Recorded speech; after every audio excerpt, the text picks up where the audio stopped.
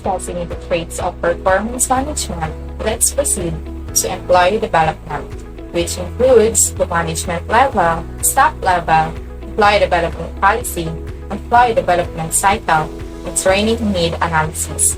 Okay, let me discuss its purpose one by one. In this topic, we will explore the deep meaning of employee development, as well as its benefits to every organization and the various methods that needs to execute on developing employees. As per Bilanis Group Year 2021, employee development is a process of improving employees' existing competencies and skills and developing newer ones to support the organization's goals. It is not just about developing the organizational strategies, but also implementing mandatory employee training, discussing shortcomings, and highlighting improvement needs. Furthermore, employee development can accrue multiple benefits to all parties concerned, including HR managers, the broader organization, and employees. Some of these benefits are: the first one is the performance improvement. It achieves the organization's goals and even outperforms expectations. Second one is the better handle unexpected situations. Employees that are part of a well-defined employee development program are more equipped to deal with the unexpected. Third one is learn culture inside an organization. Help attract new employees and improve loyalty. An attractive working environment is created by assisting in the development of employee talent, especially through strategies such as tailored development plans. Fourth one, save money via retaining employees. According to AT&T 2018, employee development can save a lot of money in the long run. Companies can also save valuable institutional knowledge by retaining and keeping their current employees. Then, help grow potentially good employees into great leaders. The advantage of implementing an internal employee development program is that those leadership qualities may be fine-tuned to the company's standards. Next is improve employee engagement and motivation with good training. A well-defined employee engagement program may balance all of the important employee motivational components such as training and skills development to offer the benefits of a fully motivated workforce across the organization. Lastly, gives the company flexibility to expand, innovate, and compete more robustly within its niche. Such programs can be utilized to strengthen present abilities and provide longer-term competitiveness by instilling new talents that may be required in the future. Now that we learned in employee development, let's move on to the first subtopic, which is the management level and its roles and responsibilities. Levels of management. In organization, the line of division between distinct managerial positions is referred to as the organizational chart. Management level determines the chain of command within an organization, as well as the level of authority. In the most cases, decision-making influence that all managerial.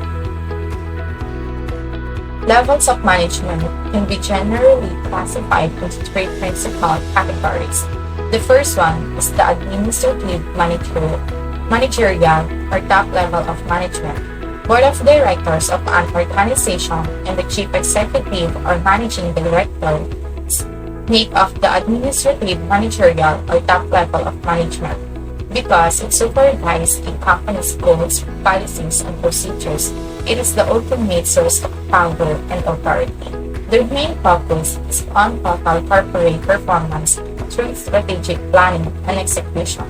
These are the roles and responsibilities of top level of management as follows: defining commercial enterprises goals and broad policies, issuing directors for, among other things, preparations of department-specific budgets, timetables, and processes, developing organization strategies and policies, appointing middle-level management executives such as departmental managers, establishing controls across the entire organization, in charge of connecting with outside the world and holding an organization's stockholders accountable for the company's success, providing general direction and encouragement as well as promoting harmony and teamwork. Second one is the executive or middle level of management. It is the made up of branch and department managers. These individuals are directly responsible to senior management for the smooth operation of their departments, allowing them to devote more time to organizational and directional tasks. These are the roles and responsibilities of the middle level of management, as follows. 1. Putting the organization's plans into action in accordance with top management rules and directives. 2. Creating plans for the organization's subunits that they supervise. 3. Assisting in hiring and training of lower-level management personnel. 4. From top-level management to lower-level management, interpreting and explaining policies. 5. Providing timely and accurate reports and data to upper management. 6. Observing and evaluating the work of junior managers. 7. Motivating lower-level managers to improve their own performance. And last but not the least is the supervisory, operative, or lower level of management.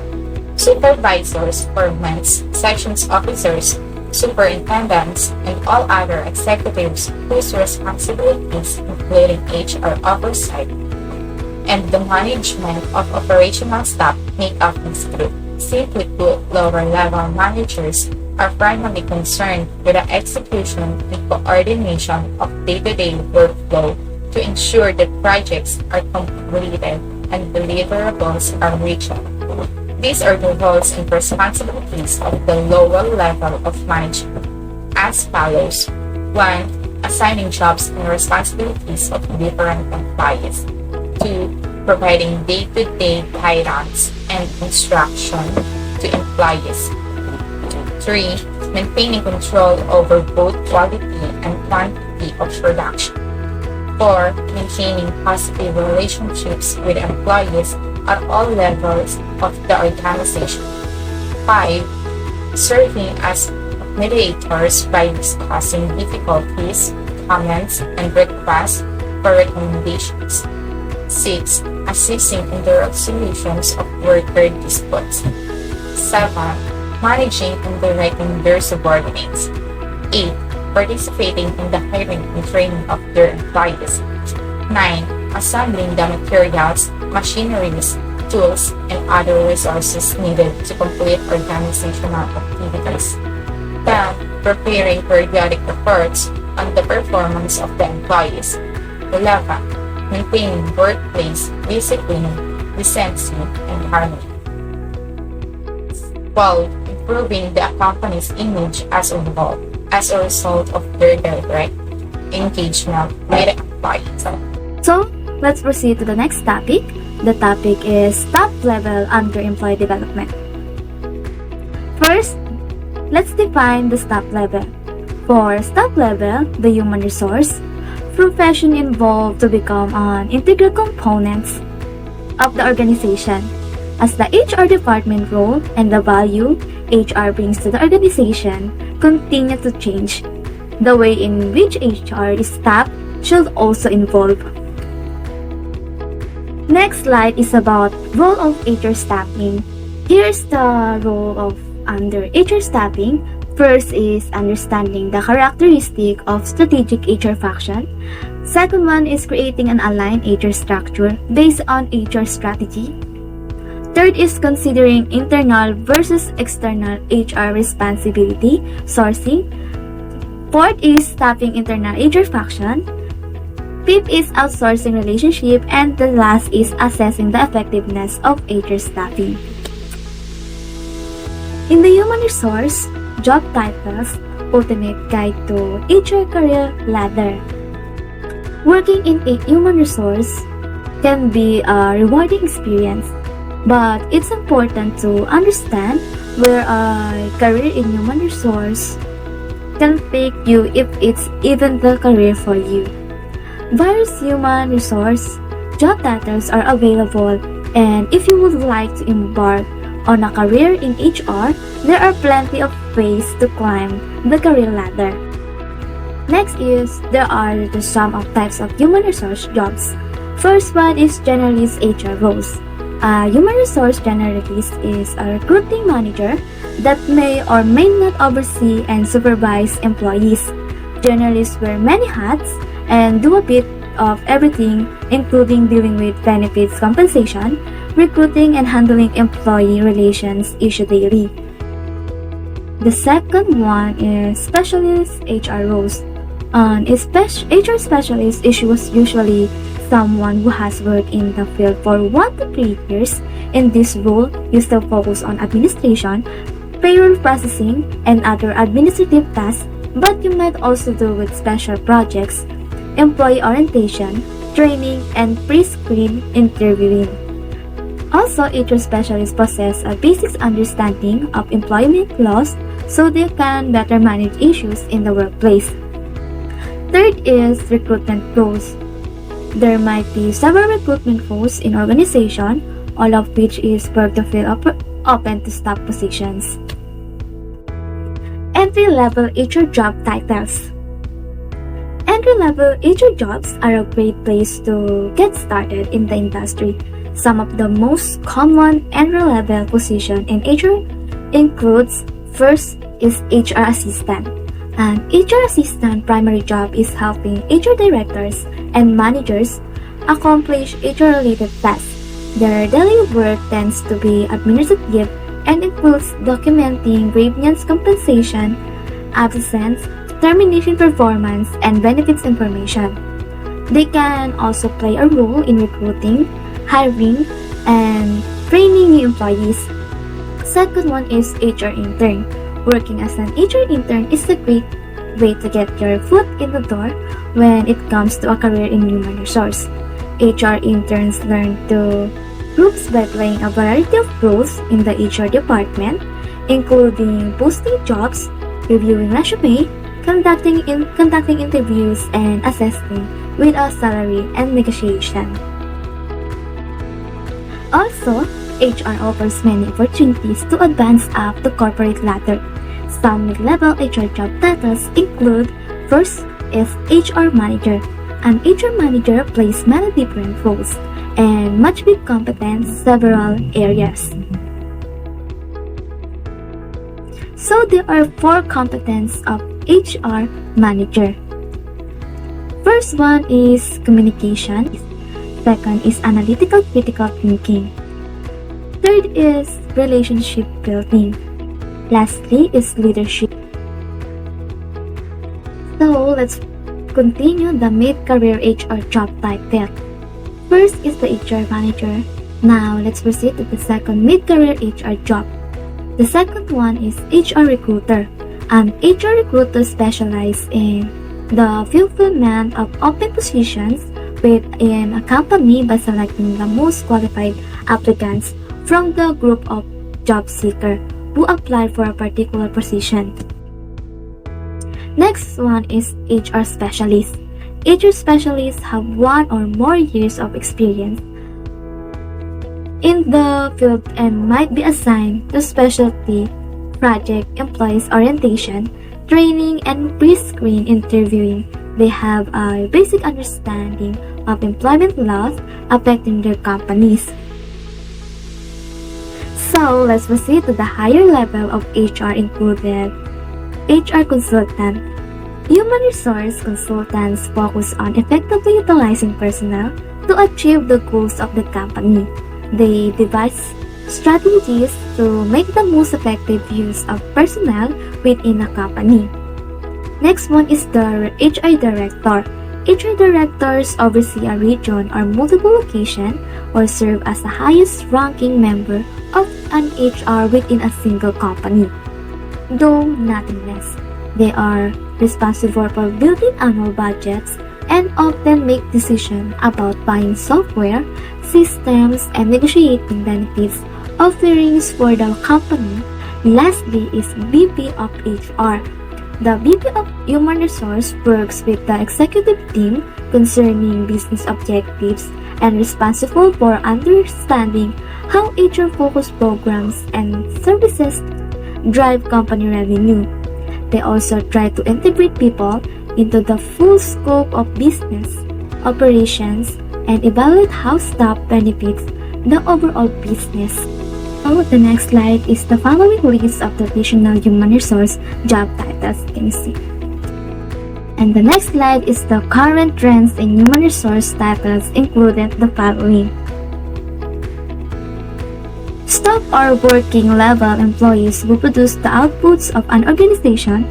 There are usually 3 job levels for staff, typically known as senior, intermediate, and associate. Do you get it? Now, let's proceed to the job levels. Job levels are categories of authority in an organization. It is categorized with different tasks and salary ranges within our workplace. Most of companies are organized with similar structures of management and staff that can be divided by job responsibilities and the amount of decision-making authority in position. Job levels can be grouped into 5 areas, namely, first is executive management, second is middle management, third is managers and advisor, fourth is staff, and lastly is the senior executive management. Here are the ways job levels are used in the workplace. First is creating structure for the hierarchy of a business. Second one is determining pay and experience needs for a position. Next is delegating tasks and responsibility. Next is attracting the best candidates for a role. I am discussing employee development policy. Here are important features that is including employee or staff development policy. According to CHS Alliance, the organization must first support a culture and learning development and offer to their staff a new way of learning and improving their skills so that their skills must be relevant and applicable to the standard of the company. Second, the development happens when using different approach, not just the traditional classroom-based training approach. This should be support and encourage reasonable and workable options for development. Third, employee development budget. HR is the one who is responsible for deciding on how to spend the budget for the organization, per department, or per project. With the recommendation of the line managers and finance, they need to show the breakdown of all the expenses of all the said project according to its date and time. Lastly, as stated by CSH Alliance, HR may implement a global policy. In the definition stated by Investopedia.com, clawback means contractual provision that is already paid to an employee must be returned to an employer or benefactor.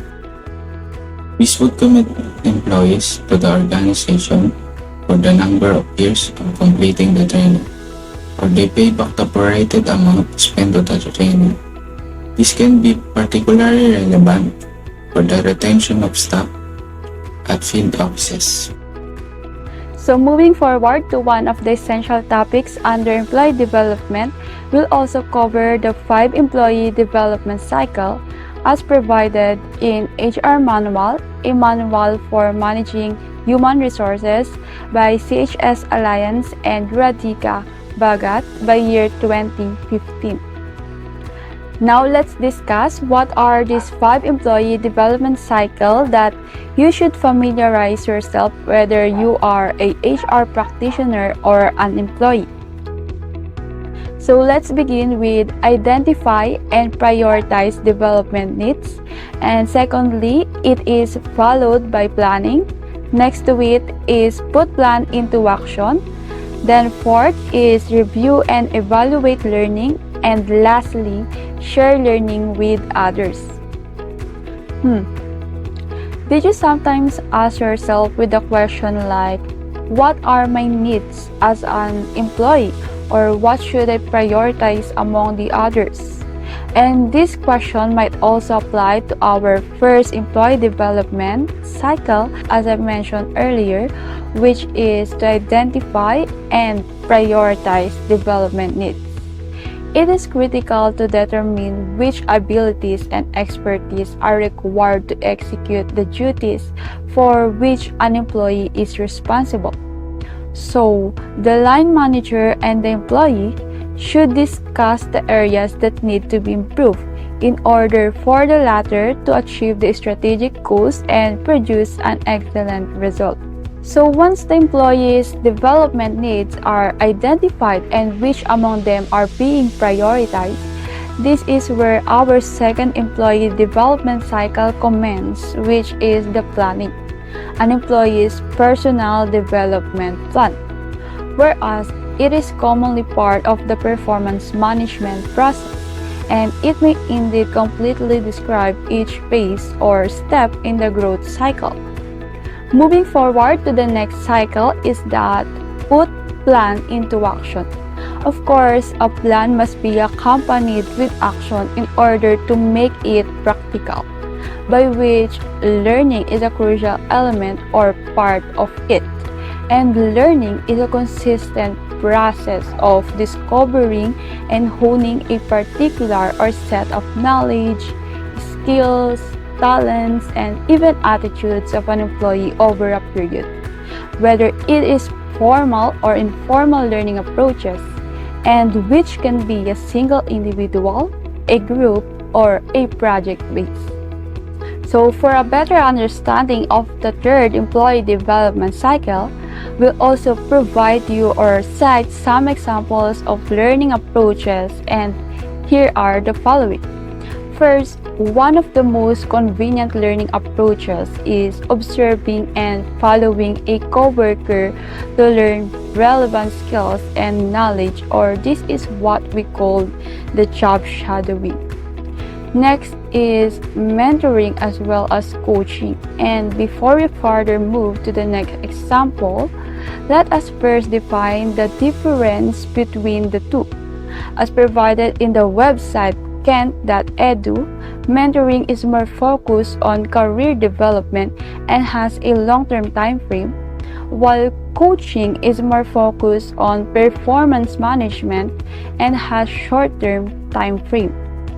And now, let's continue citing some examples of learning approaches provided in our source, which is again the HR Manual, a manual for managing human resources by CHS Alliance and Radiga Baga. And this third one is assigning a task to a specific project in order for the employees to explore some skills which is relevant to the job. Also by using books and journals as a source of information, which are a traditional way. And the others are electronic learning and the internet, also the internal and external training classes as learning approaches, as well as actively participating in relevant workshops and conferences, and even internships. So again, those are some learning approaches to put plan into action, which is our third employee development cycle.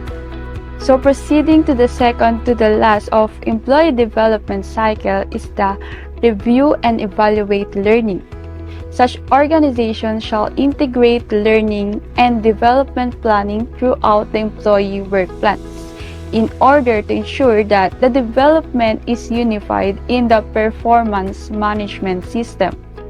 So for you to easily comprehend, it is simply a reviewing and assessing stage or cycle of what the employees have already learned, or whether they improve or they remain a lack of relevant skills, knowledge, or attitude to perform the job. Hence, improvement by means of such effective methods are necessary. And the last employee development cycle that we discuss is about shared learning with others. So instead of letting an employee keep his learning to his mere self, the manager shall remain responsible for ensuring that employees' learning shall be shared with the rest of the team and the company as well, by keeping track and evaluating an employee's learning and development.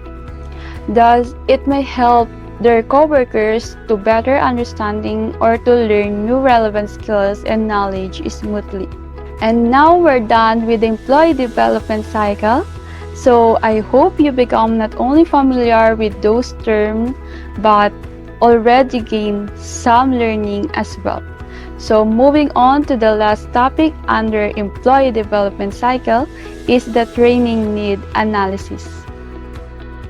Okay, we're done discussing the key points in employee development policy. Let's now proceed to the last topic of employee development, which is the training need analysis or TNA. So what is TNA or training need analysis? According to the Economic Times, TNA is the process in which the company identifies training and development needs of its employees so that they can do their job effectively. It involves a complete analysis of training needs required at various levels of organization. To know more about TNA, here are the stepwise guide on conducting a TNA by CHS Alliance. Here's the first step. The first step is identifying your overall skills that can be used in different departments, your capability to deliver organizational strategy that may help the organization to achieve its goals, and the program objectives, which are a big contribution to your skills. And second step is more likewise similar to the first step, but here, you recognize only your specific skills inside the organization or with the team. It identifies current skills, capabilities within the organization and teams. And lastly, the training plan. It contains the name of each employee, their needed development that shows the identified precise skills, the development activity on how the need will be addressed, measures of success on how will change in skill level will be determined, and the timelines by when the development need to be demonstrated.